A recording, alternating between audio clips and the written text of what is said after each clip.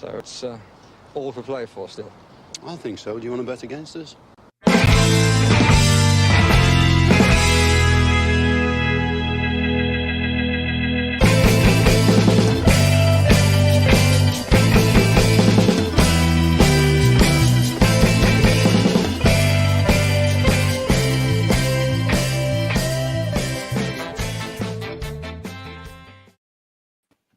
Hello, ladies and gentlemen, and welcome to For the Love of Paul McGrath podcast. I am doing a remote team sheet tantrum this time, so I do apologise if my internet clicks in and out.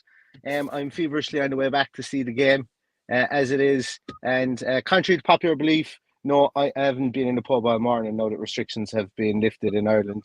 But you never know, I might make my triumphant return to a pub for only like the fourth time since 2019 later on this evening, and hopefully I'll be doing it after Aston Villa beat Everton today in the 12:30 kickoff. But Paddy is back again, and Paddy, how are you feeling about today's game? I didn't get to chat to you on the preview show, so I'm sure you've got all this pent up kind of emotion about today. Yeah, well, I suppose the game changer is Rafa is no longer there. Which is a pity, because I think we would have undoubtedly gone and given them a decent rattle today. I think we still give them a decent rattle, but it just makes the 3 points a little bit harder. You can be sure they're going to go out absolutely all guns blazing with Duncan Ferguson in their ear. We've just got to silence them early and hopefully get an early goal, and most importantly today, play for 90 minutes. That's the big one there. I think playing for 90 minutes is a huge piece, because for all the good that Steven Gerrard has done, and for all the changes, the slight changes, and all of the system changes that we're beginning to see with this team, playing for 90 minutes has been something that just hasn't happened. And it hasn't happened under Dean Smith that much either in 2020, 2021, now moving into 2022. So we've spoken previously about leadership, and I think a lot of it will come down to leadership and leaders coming forward on the field. And speaking about that, Paddy, you know, our vice captain is coming back. I would imagine he slots straight back into the team today in John McGinn. And, you know, that's obviously going to be a plus, considering he wears the vice captain's armband, if there is such a thing. But, you know, leadership on the field for me is going to be huge. Got the John McGinn scarf out there today, just for his return. Yeah, he's a vital cog in our machine. We play much better with him in the team, as far as I'm concerned. Anyway, so he's going to go straight back in, no matter what way you look at it. Somebody's going to be harshly treated, because we did quite well in that department against Man U. But yeah, it'll be John McGinn straight back in. I have no visibility on the time, number one, or number two, I don't have any visibility on the team sheet. So, Paddy, I rely on you. I'm actually going to start the car so that I can see the time, at least, anyway. It's 11:26, Neil. You've loads of time. It's 11:26. Yeah, the things you do for Aston Villa. Oh, shut up, you radio. And I need to turn off everything else here. Paddy, I suppose as well, when we're looking at the team sheet when it comes out today, it was something when I was on the Villa View during the week, I was talking to Omar, it kind of just hit me like a truck that, you know, it's almost good.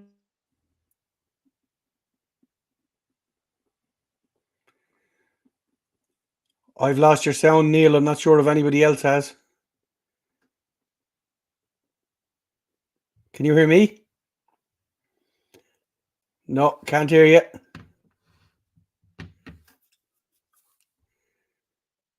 Are you back? I'd say it's probably because you turned on your car. You probably kicked into the radio there. That's exactly what's happened. You're back. There I am. Can you hear me now? You can hear me again. You can. Don't be leaving me on my own. You know, I don't like being on my own. No, I was just saying that. I was just saying really that I suppose one of the big things are that the subs bench is going to be interesting, because we're going to be down Philogene Bides, who's gone. We're going to be down Archer, who's gone. Anwar El Ghazi, who's gone. Trezeguet, who's gone. Bertrand Traore, who's gone. So a team that was overinflated and bloated in the attacking positions, albeit we couldn't fit them all in, and we would probably need them all for different roles and so on and so forth. It's going to be interesting to see who's going to be there today because Ashley Young is back. He's probably going to be our auxiliary 10 along with Coutinho. And then obviously Chuck Moeka, young Tim seems to be nearly a mainstay in that in that subs bench now at the moment. So it's going to be just as interesting, I think, to see what the subs are about as it is to see what the first team is. Because I think realistically, I don't think Watkins and Ings start together today, considering the Cameron Archer is out. And I think that they go with McGinn back in midfield and maybe push. Whether they push Ramsey further forward, which is something I'm maybe not the biggest fan of, or whether they actually push McGinn further forward into the 10 position. So I think that's going to be definitely something that we need to look out, see what way the subs bench lines up, because with us not playing for 90 minutes, the subs are going to be just as important, I think, as the 11 that we start. Yeah, and it will be interesting to see if he does move JJ forward, or he drops. He could potentially drop Sanson. So it'll be. I think it'll be a bit of a tantrum, all right, because there's a lot of combinations you can come up with here. But yeah, I don't envisage we're going to see our Brazilian magician from the start. I think he'll need to find his feet for a few weeks. So we'll hang tough. We'll see what he has to do at this stage. I think we're only about a minute away. So looking forward to seeing what he does. And you know what? There might be a sense of the unknown. I don't envisage Duncan Ferguson playing exactly what Rafa did in the 4-2-3-1. I think that might slightly change to a 4-4-2, but we will find out soon enough. We mightn't find that out till the game kicks off. But I think he'll go to put us under pressure from the start, and I think we can expect two up top probably from him. And if Duncan if he's smart, he'll probably adopt the mentality that sometimes I've mentioned at times, and this is must not lose for them, because he knows he's only there on an interim basis. I doubt he's going to get it until the end of the season. I just don't think Mashiri's that kind of guy. And I think that they will try and appoint someone soon, whether it be Lampard, whether it be Rooney, whether it be Cannavaro, whether it be whoever it is. I think they'll want to get somebody in there. And I think Big Dunk knows that, but it's just about steadying the ship. And if I'm not mistaken, Paddy, I think we're only like 3 or 4 points ahead of Everton. So like with all this crisis talk at Everton, we're not a million miles ahead of them. So when we talk about beating the teams around us, we need to beat Everton today. We don't just need to draw them. And I think they will know that.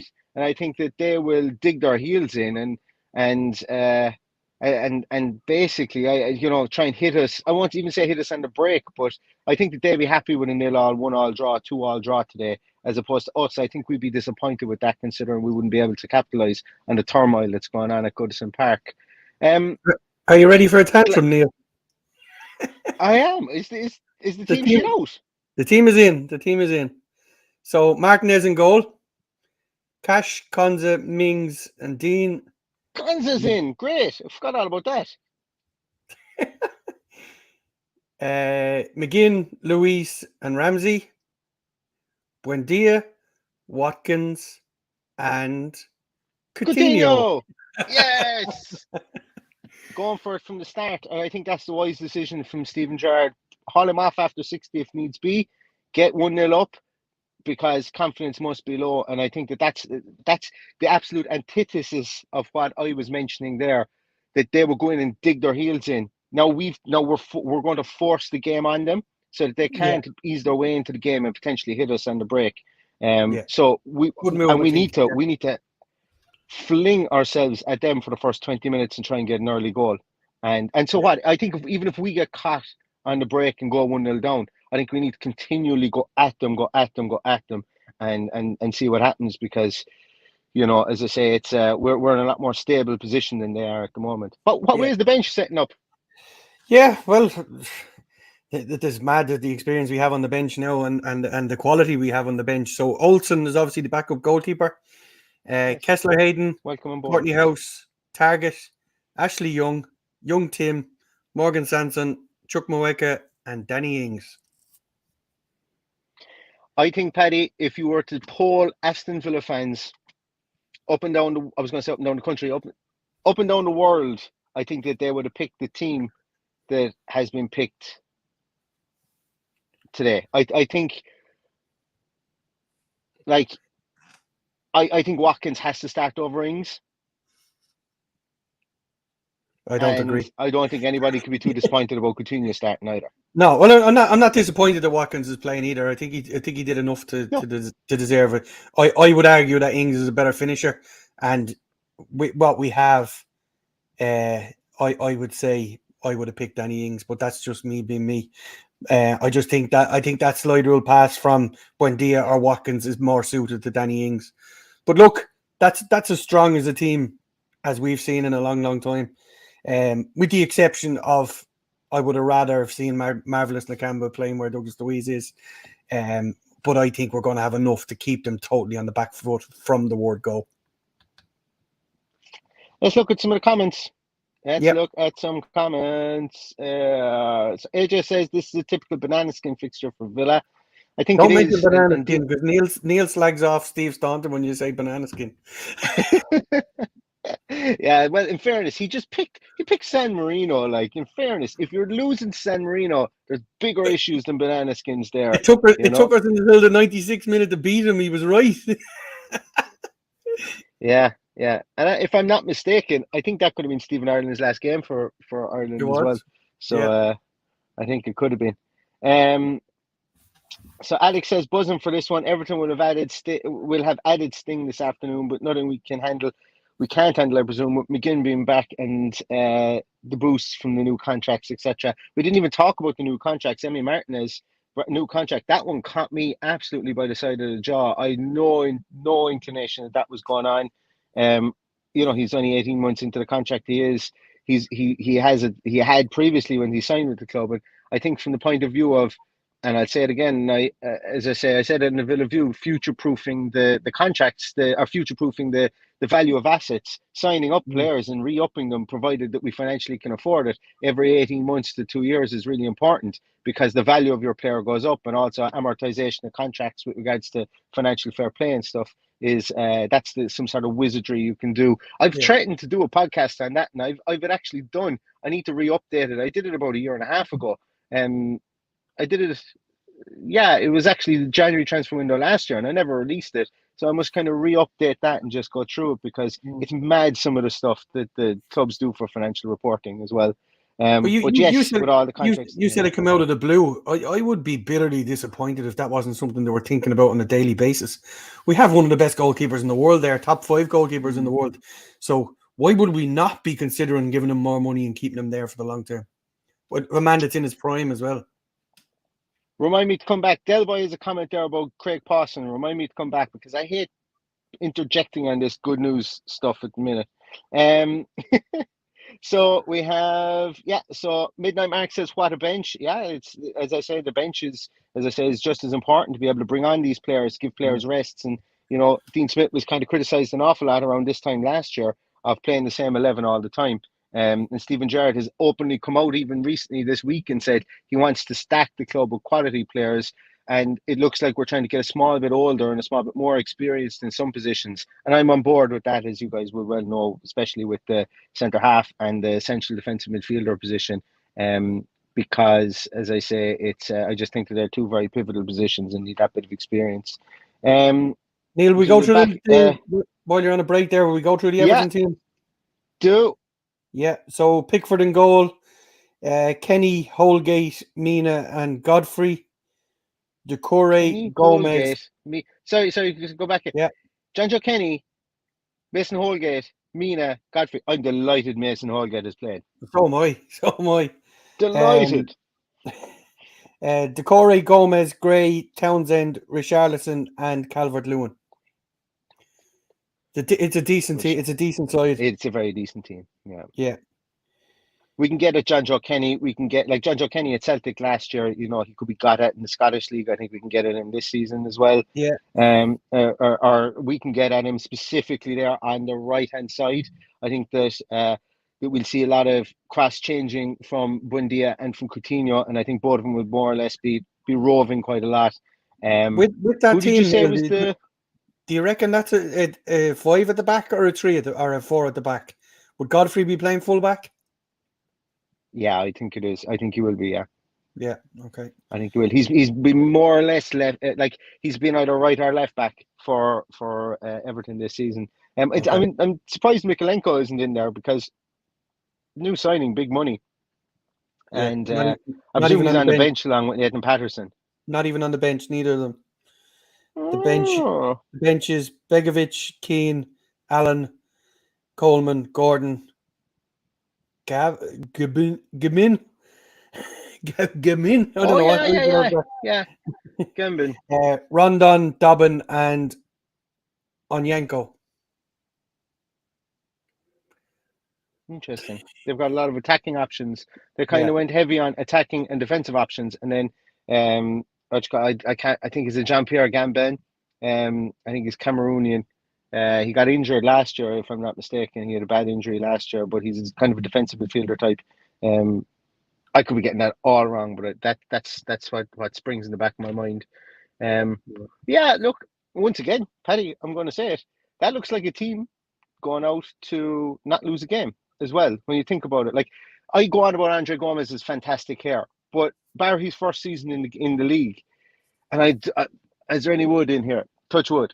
That but beyond his first season in the league, he's been a bit pedestrian for Everton at times, and every time we play him, he either plays out of his skin or he gets taken off at half time. So I'm hoping it's to get taken off at half time, much not as I think he's got the best hair in football. Who else did you say that they had in midfield? Doucouré, obviously, if he regains his start of season form where he was on fire. And there's a lot of players that I think we can talk about from the Everton team, Paddy, that like Calvert-Lewin started the season like an absolute house on fire. Richarlison has he's pretty much like nailed on Brazil striker at the moment. So they do have quality in there, and we do need to be wary of them. And just Townsend and Demarai Gray also, absolute streaky players. Both of them Yeah. have been this season. So we are going to need to defend, but as I say, we need to take the game to them early, get that early goal, and then see what they're made of. Because that back line, that back four, doesn't really do much for me. Who did you say? Oh, sorry, Godfrey. I think you can get it that back four. I think you can get that back four. No, definitely.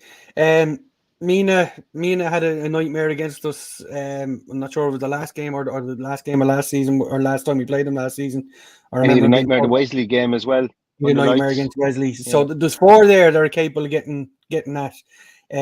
You got to break down Doucouré and Gomez too to get at them. So it'll be an interesting matchup. I'm really looking forward to this one, but I still think we're capable of going and getting an easy 3 points here. Yeah.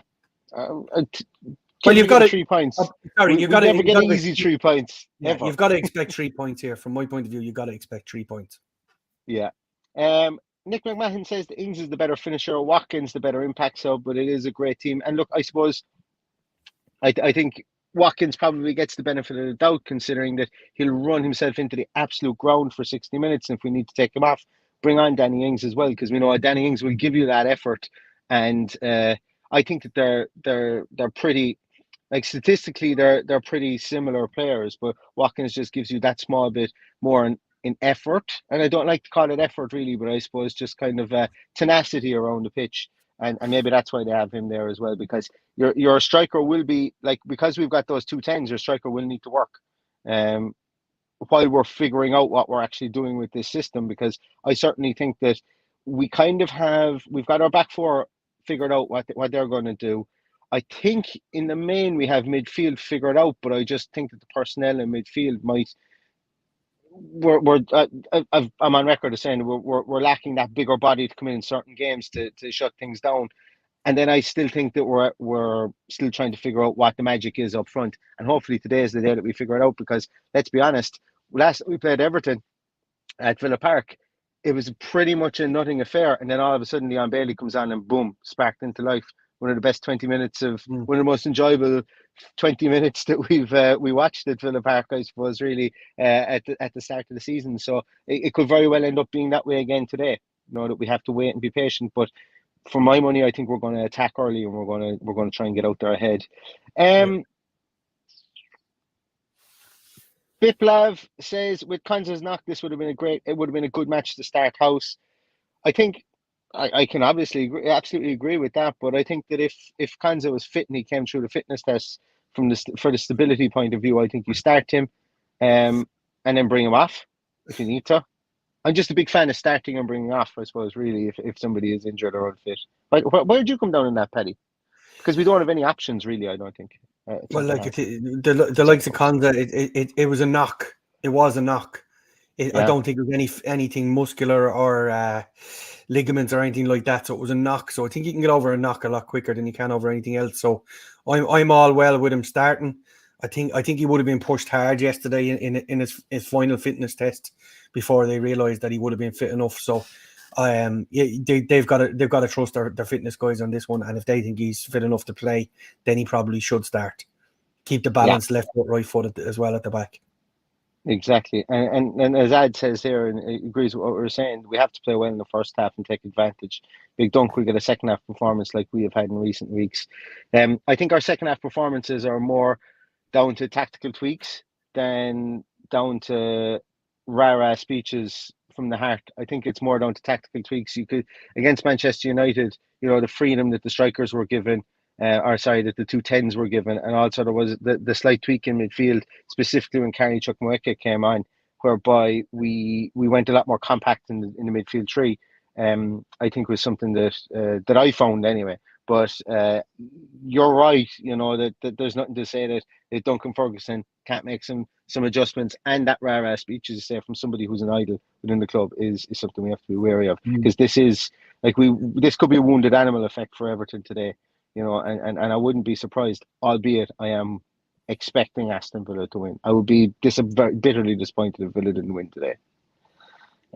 Nick Bailey says we have a good recent history against Everton. I think this is the strongest team we have, and if they gel straight away, we will be phenomenal. Absolutely. Ronan says Watkins pressing from the front is the right call. His pressing was fantastic at Goodison last year. And that's the interesting one for me. That's why I said I'm delighted Mason Holgate is there, because Mason Holgate and Mina, if you press the living daylights out of them, I just don't know. Are they the two best footballing centre halves? I think potentially that they're going to play a lot of the ball through Ben Godfrey and John Joe Kenny, and just try and keep the two boys in the middle as not having any pivot from the goalkeeper. But if we can push our tens or even our fullbacks onto their fullbacks and make them play through the middle, make them play into their two centre halves, I think we could have a field day in there. But it's very difficult, and it leaves us very exposed ourselves if we were to go and do that, because I think that we're going to be very narrow in midfield between our midfield three. But look, as I say, this is one of the things that we can talk about in hindsight after the first 10 minutes, and we won't know, because, as you said, Paddy, they could line up as a three at the back, and it's not beyond the realms of possibility that could happen. But I think my mind would blow up if Duncan Ferguson played a three at the back. He just doesn't strike me as a three at the back merchant. Like, it's very progressive for somebody who played the game like Duncan Ferguson did.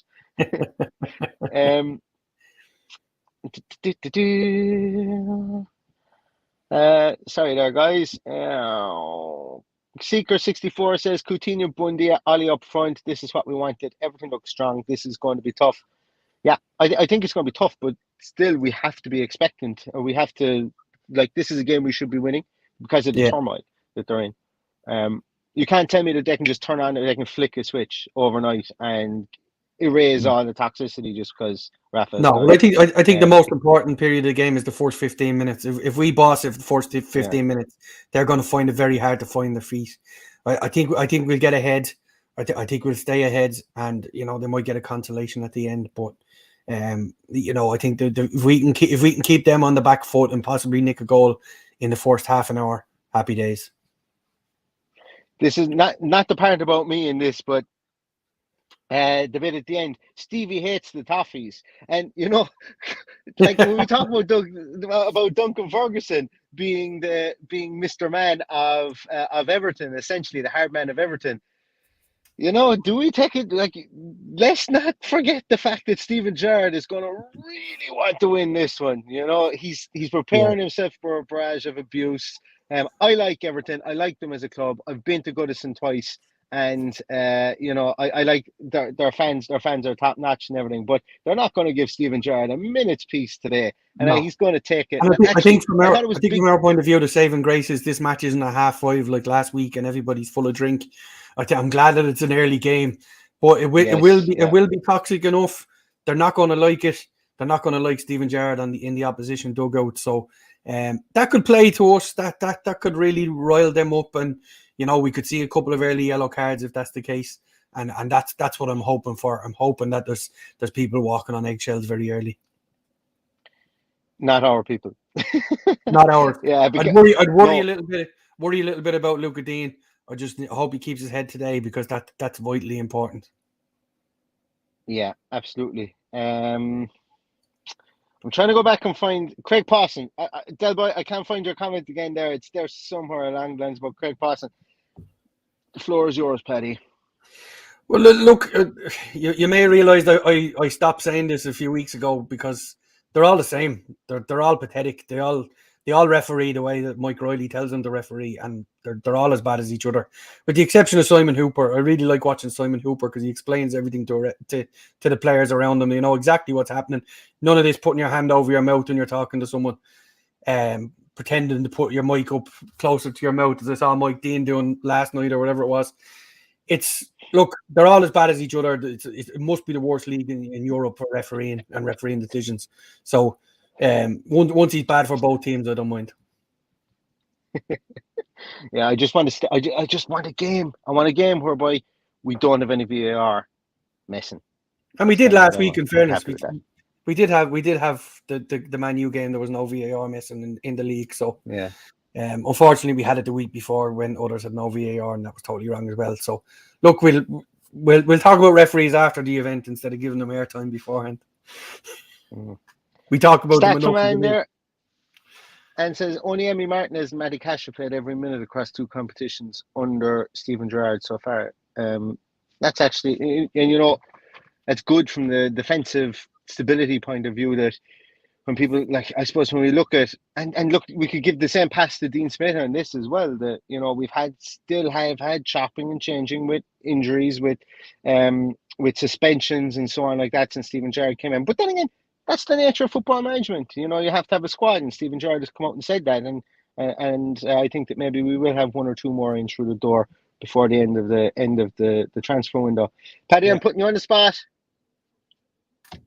2-0, 1-0. 3-1 Villa. 3-1 Villa. I'll take that. Yeah. We'll be 3-0 up, and they'll push and get a consolation. But 3-1 Villa.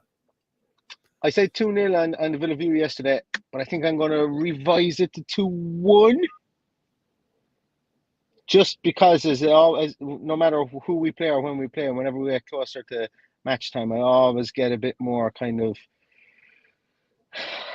apprehensive about certain things. But I'm going to go with 2-1.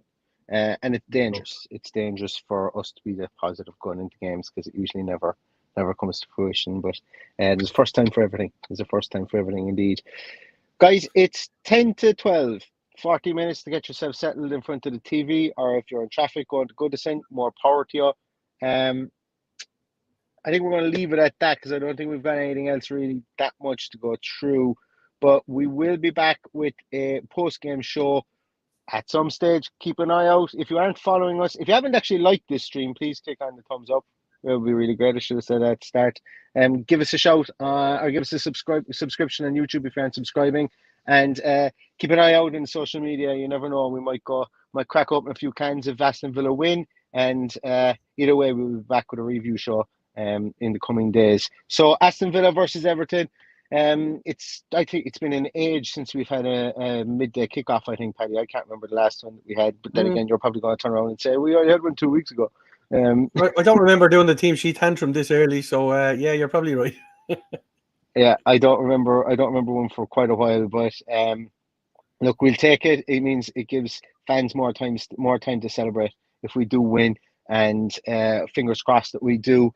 Steven Gerrard has got a nice team out, and we are against a team, as I said, that are missing their manager, albeit a manager that they didn't particularly want in the first place. So omens look good for Aston Villa, albeit a away game. I think that they will take the game to Everton, and hopefully we're back here with 3 points. So everybody stay safe. Hopefully the match goes the way we want it to, and all that's left to say is up the Villa. Up the Villa.